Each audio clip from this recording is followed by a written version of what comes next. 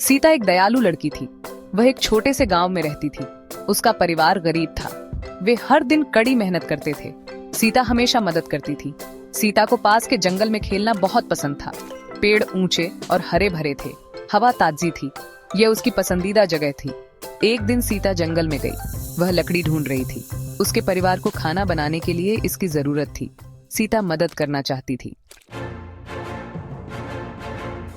सीता जंगल में और अंदर चली गई। वह खुशी से गुनगुना रही थी। अचानक उसने कुछ चमकता हुआ देखा। यह एक बड़े पुराने पेड़ के नीचे था। सीता नीचे झुकी। उसने चमकती हुई चीज उठाई। यह एक सोने का सिक्का था। यह बहुत सुंदर था। सीता ने ऐसा पहले कभी नहीं देखा था। सोने का सिक्का बहुत कीमती था। सीता यह जानती थी। वह इससे बहुत सी चीजें खरीद सकती थी। उसका परिवार ज्यादा खाना खा सकता था। वे नए कपड़े खरीद सकते थे। लेकिन सीता जानती थी कि यह गलत होगा। सीता को अपने माता पिता की शिक्षा याद आई। उन्होंने हमेशा उसे ईमानदार रहने के लिए कहा था। उन्होंने कहा कि ईमानदारी सबसे जरूरी चीज है। सीता ने सिक्का वापस करने का फैसला किया। सीता गांव के मुखिया के पास गई। सब उसे सरपंच कहते थे। वह एक बुद्धिमान और सम्मानित व्यक्ति थे। सीता ने उन्हें सोने का सिक्का दिखाया। उसने बताया कि उसे यह कैसे मिला। सरपंच ने ध्यान से सुना। वह सीता की ईमानदारी से बहुत प्रभावित हुए।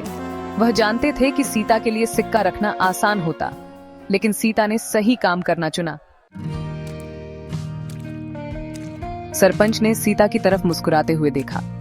उन्होंने उसके अच्छे दिल की तारीफ की। उन्होंने कहा कि वह सबके लिए एक मिसाल है। वह उसकी ईमानदारी का इनाम देना चाहते थे। सरपंच ने सीता को एक उपहार दिया। यह कुछ पैसे थे। यह सोने के सिक्के जितना नहीं था, लेकिन यह सीता के परिवार की मदद करने के लिए काफी था। सीता बहुत खुश थी।